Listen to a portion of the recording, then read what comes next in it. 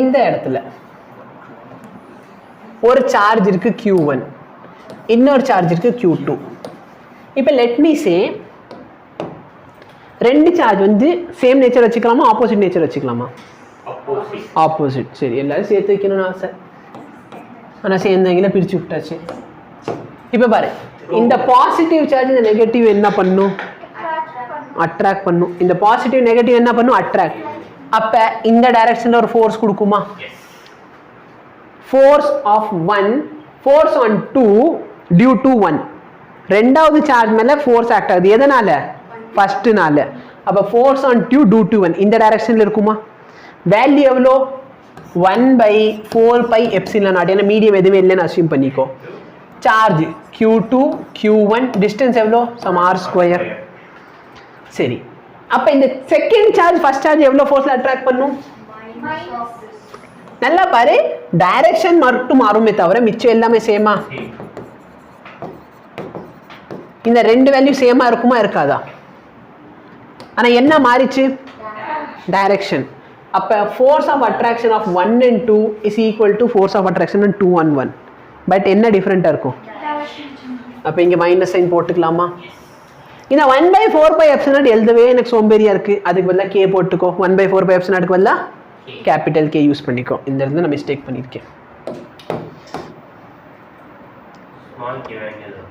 S, dielectric கான்ஸ்டன்ட்க்கு இன்னொரு value வந்து small K use பண்ணுவாங்க. ஓகேவா? ஸோ இது பார்த்தனா F is equal to K Q1 Q2/r². So Kன்னு சொன்னால் என்ன அர்த்தம் அங்கே? What is K? கண்ணை ஆட்டாதீங்க, பரதநாட்டியம் ஆடிக்கிட்டு இருக்கேன். K என்ன? K is an alphabet, comes in English.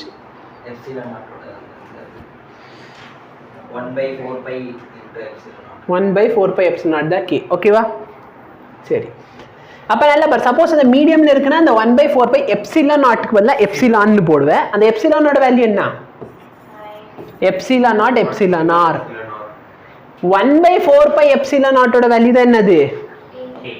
9 × 10⁻9. நல்லா பாரு, எப்சிலான் வந்து சின்ன வேல்யூ 10⁻−12. K பார்த்தனா பெரிய வேல்யூ. சரியா? கன்ஃபியூஸ் பண்ணிக்காத. புரியுதா? சரி. ஸோ இதில் என்ன இருக்கு? இது எப்படி ஆக்ட் ஆகும்? Line joining the two charges. ரெண்டு சார்ஜஸ் இப்படி இருக்குன்னா ஒன்று இப்படி அட்ராக்ட் ஆகிற மாதிரி இருக்கும், இல்லை ரிப்பல் ஆகிற மாதிரி இருக்கும். Coulomb law is valid only for point charges.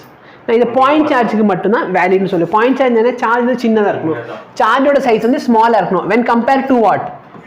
Distance of separation between them. அவங்க ரெண்டு பேருக்கு நடுவுக்கு டிஸ்டன்ஸை பொறுத்து கம்பேர் பண்ணுறப்ப அந்த சைஸ் வந்து சின்னதாக இருக்கணும். ஏன்?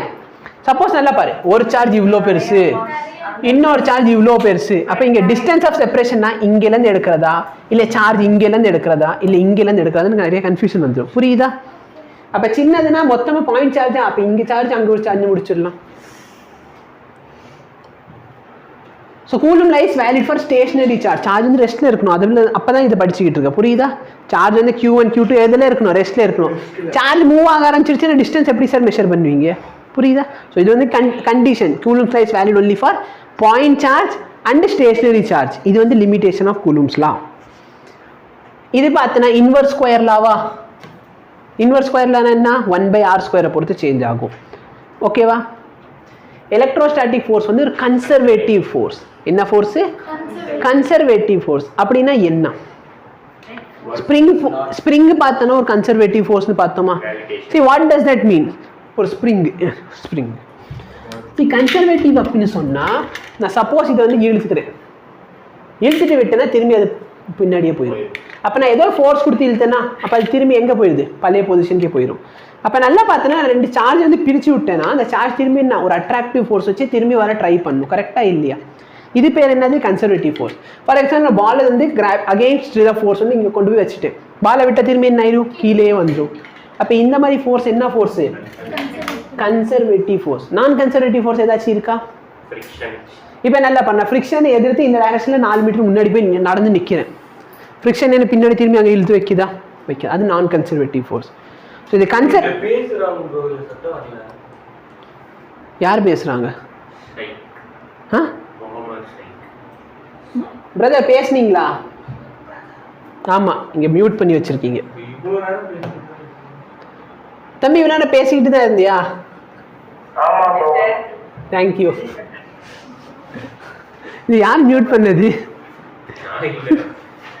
சரி, சாரி, ஐம் சாரி. இப்போ work done depends only on initial and அந்த பையனோட டிட்டர்மினேஷன் பாரு. 1 hour அந்த பையன் பேசியிருக்கு, நானும் அவனுக்கு ரிப்ளை பண்ணல, இருந்தாலும் நான் ஆன்சர் கரெக்டாக பண்ணுவேன்னு பேசியிருக்கேன். நீங்கள் இருக்கீங்க பத்தியா 2 நிமிஷம் ப்ரோ, நீங்கள் என்னை கலாய்ச்சிட்டீங்க ப்ரோ, நான் பேச மாட்டேன் ப்ரோ 2 நாளைக்கு. Work done depends only on initial and final point. கன்சர்வேட்டிவ்னு சொன்னதுனால ஒர்க் டன் எதை பொறுத்து இருக்கும்?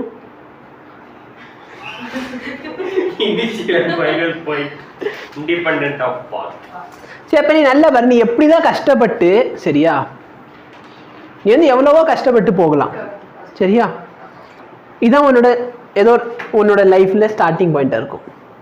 இது வந்து உன் ஃபைனல் பாயிண்ட்டாக இருக்கும். இந்த ஸ்டார்டிங் பாயிண்ட் வந்து ஃபைனல் பாயிண்ட் ரீச் பண்ணுறதுக்கு எவ்வளவோ கஷ்டப்பட்டுருக்கலாம், நிறையா தளங்கள் வந்திருக்கும். ஆனால் கடைசியில் இந்த சொசைட்டி எதை பார்க்கும்? சின்ன வயசில் இங்கே இருந்த ஃபைனலாக இங்கே தான் நீ இருக்கிற, அவ்வளோதான் பார்க்கும். கரெக்டாக இல்லையா? அப்போ நீ வந்து ட்ராவல் பண்ணுற டிஸ்டன்ஸுக்கு ஒரு மதிப்பே கிடையாது. ஆனால் நீ அந்த ட்ராவல் பண்ணுற டிஸ்டன்ஸ் தான் உனக்கு வந்து ஒரு எக்ஸ்பீரியன்ஸ் மாதிரி இருக்கும், சரியா? இப்போ ஃபார் எக்ஸாம்பிள் ஒரு 3 வருஷத்துக்கு முன்னாடி நான் போயிட்டு டியூஷனோட போஸ்டரில் ஒட்டிக்கிட்டு இருந்தேன் மரமாக, சரியா? அப்போதைக்கு பார்த்தோன்னா இதெல்லாம் 30 ரூபாய்க்கு போயிட்டு எனக்கு அடிக்கிற அளவுக்குலாம் காசே இல்லை அப்போ. ஏன்னா எனக்கு இருந்த ஒரே ஒரு ஸ்டூடெண்ட் பார்த்தோன்னா முகேஷ் வந்து அப்போதைக்கு பார்த்தோன்னா ஒரு சப்ஜெக்ட் தான் வந்துக்கிட்டு இருந்தான் நினைக்கிறேன். 2 வந்தியா ஃபஸ்ட்டு தெரில. ஏன்னா ஃபீஸ் வந்து 350 ரூபா வாங்கின மாதிரி எனக்கு ஞாபகம் இருக்குது. அப்போ 350 ரூபா வந்து ஃபீஸ் வாங்கிட்டு எனக்கு 3000 ரூபா வாடகை கொடுக்கணும். அதில் பார்த்தோன்னா என்னால் இதெல்லாம் பண்ண முடியாது. அப்போ நான் என்ன பண்ணேன்னா, இந்த போர்டு இருக்கும் பார்த்தியா, நம்ம போர்டு டியூஷனுக்கு 2 போர்டு வாங்கினேன். அந்த போர்டில் வெளியே ஒரு அட்டை கொடுத்துருப்பாங்க பார்த்தியா, சும்மா கவர் பண்ணி கொடுக்குறதுக்கு ஒரு அட்டை இருக்கும்ல, அந்த அட்டையை வந்து அப்படியே கிழிச்சு அதில் பார்த்தோன்னா இந்த நோட்டீஸ் ஒட்டி விட்டு இதை போய் மரமாக கட்டிட்டு வந்தேன். ஸோ அப்போ நல்லா பாரு, நான் ஒர்க் பண்ணியிருக்கேன்னா. மழை பெஞ்சிருச்சு, அந்த அட்டை ஃபுல்லாக அப்படி அந்த தண்ணி பட்டோன்னா அந்த அட்டை என்ன ஆகும்? இன்னும் அங்கே இருக்கும் பாரு, எடுத்துகிட்டு வா, ஒரு அட்டை எடுத்துகிட்டு வா.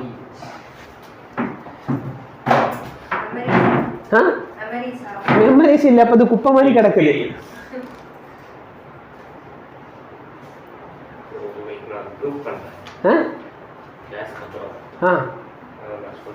என்ன ப்ரூவ் பண்ற? பண்ணுடா. இப்போ பார்த்து வச்சுக்கோ, இதான் அந்த அட்டைன்னு வச்சுக்கோ. இந்த மாதிரி அட்டையில் போட்டு போய் ஒட்டி விட்டுலாம் வந்தேன். இந்த அட்டையில் பார்த்தோன்னா தண்ணி பட்டு அடுத்த நாள் வந்து பார்க்க அந்த அட்டையில் இப்படி கிடக்குது, சரியா? அப்போ நல்லா பாரு, starting point to final point இந்த கேஸில் என்ன ஆயிடுச்சு? ஒன்றுமே இல்லை. முன்னாடி அந்த மரத்தில் எதுவுமே இல்லை, நான் போய் ஒட்டி விட்டு வந்தேன், மழை பெஞ்சதுனால அதுக்கப்புறம் அதில் ஒன்றுமே இல்லை. அப்போ பார்க்குற மக்களுக்கு என்ன, முன்னாடி அங்கே எந்த ஒர்க்கும் நடக்கல, இப்பயும் ஒர்க் நடக்கல, கரெக்டாக இல்லையா? ஆனால் ஆக்சுவலாக ஒர்க் நடந்துச்சா? அப்போ நீ நல்லா பார்த்தோன்னா லைஃப்பில் வந்து இந்த ஃபெயிலியர் வரும். அந்த ஃபெயிலியருக்கு அப்புறமேல் பார்த்தோன்னா நிறைய டைம் வந்து திரும்பி ஃபஸ்ட்லேருந்து ஸ்டார்ட் பண்ணுற மாதிரி இருக்கும். ஃபெயிலியராக அது எனக்கு எப்போ வரும், என் லைஃப்பில் எங்கே போனால் எனக்கு ஃபெயிலியர் வரும், ஒரு வேளை காலேஜ் இப்போ வரைக்கும் வாழ்க்கை நான் இருக்குது, காலேஜ் போனால் எனக்கு ஃபெயிலியர் வருமா, என்ன நடக்கும்? ஒன்றும் இல்லை, டெஸ்ட்டில் எழுதுவியா, மார்க் வராது, அதுவும் ஃபெயிலியர் தான். அப்போ என்ன பண்ணணும்? திரும்பி ஃபஸ்ட்லேருந்து படிக்க ஆரம்பிக்கணும், சரியா? லைஃப்பில் எல்லாம் ஒரு நாளும் நீ வந்து ஃபெயில் ஆகிக்கிட்டு தான் இருப்ப, ஏதாச்சும் ஒன்று நடக்கும், சரியா? அப்போ நீ என்ன பண்ண? திரும்பி முதல்ல ஆரம்பிப்பியா? இன்றைக்கி நான் படிக்க ட்ரை பண்ணேன், 1 hour ஒன்றுமே பண்ண முடியல, என்ன பண்ணு? திரும்பி ஸ்டார்ட் பண்ணு. ப்ராப்ளம் சால்வ் பண்ணேன், 5 நிமிஷமாக ட்ரை பண்ணிட்டேன், சால்வ் பண்ண முடியல, ஒன்றும் பண்ண, அந்த பேஜை அடிச்சு விட்டு திரும்பி முதல்ல ஸ்டார்ட் பண்ணேன். இதுலேருந்து பார்த்தோன்னா கண்டிப்பாக உனக்கு ஒரு எக்ஸ்பீரியன்ஸ் கிடைக்கும். என்னால் சால்வே பண்ண முடியாது, விட்டுட்டு போயிடு, கண்டிப்பாக சக்ஸஸ் ஆக முடியாது, ஓகேவா? பட் எஸ், நான் திரும்பி ஒரு தடவை ட்ரை பண்ண ஆக முடியும்.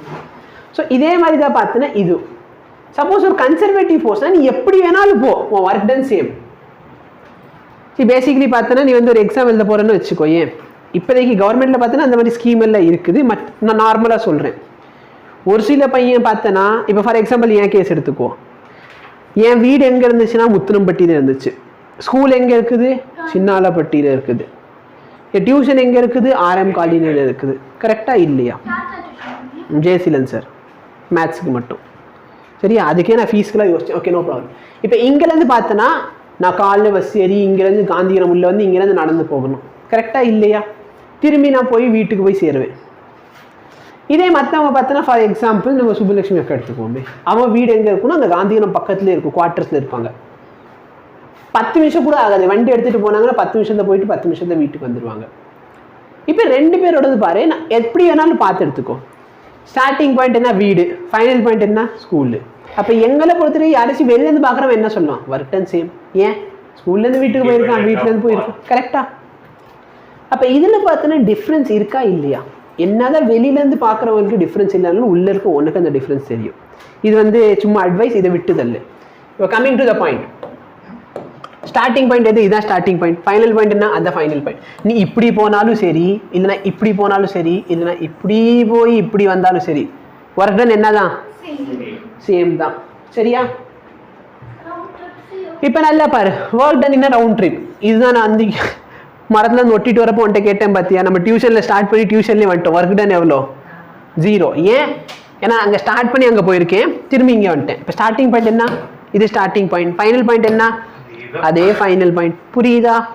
அப்போ ஒர்க் டன் எவ்வளோ, 0. இப்போ question, the charge and 2 sphere are, 2 ஸ்பியரில் இருக்கிற சார்ஜ் இவ்வளவு. தேர் எக்ஸ்பீரியன்ஸிங் ஃபோர்ஸ் எஃப், 2 பேருக்கு நடுவில் இருக்க ஃபோர்ஸ் எவ்வளோ, எஃப். அப்போ இந்த ஃபோர்ஸோட வேல்யூ எவ்வளோன்னு கண்டுபிடி. கே, ஃபர்ஸ்ட் சார்ஜ் வந்து 7, செகண்ட் சார்ஜ் எவ்வளோ, distance of separation some r² வச்சுக்கோ. செகண்ட் கேஸ் என்ன ஆகுது, 2த்துக்கு மேலே எவ்வளோ சார்ஜ் கொடுக்குறேன். சம்பத் நீ உட்காந்துருக்க ஃபர்ஸ்ட் நாளே இப்படி இருந்தா -2 மைக்ரோகூலும் சார்ஜ் கொடுத்துட்றேன். அப்போ எவ்வளோ சார்ஜ் ஆயிரும் சார் இங்கே, -2 மைக்ரோகூலும் கொடுத்தனா 5 மைக்ரோகூலும். இவனுக்கு 7 -7 டிவைட் பை r². கரெக்டா இல்லையா? இப்போ என்ன கேட்குறான், முன்னாடி இருக்கிற ஃபோர்ஸ்க்கும் அப்புறமேல வந்த ஃபோர்ஸ்க்கும் என்ன ரிலேஷன்ஷிப். அது ரெண்டுத்தையும் பாரு. மேலே சைன் கன்வென்ஷன். என்ன சைன் கன்வென்ஷன்? சூப்பர். மல்டிப்ளை பண்ணு, -35 k/r². இங்க என்ன வருது, அப்ப 2 ஃபோர்ஸும் சேம் தானே, எல்லா டைமும் சேமா இருக்குமா?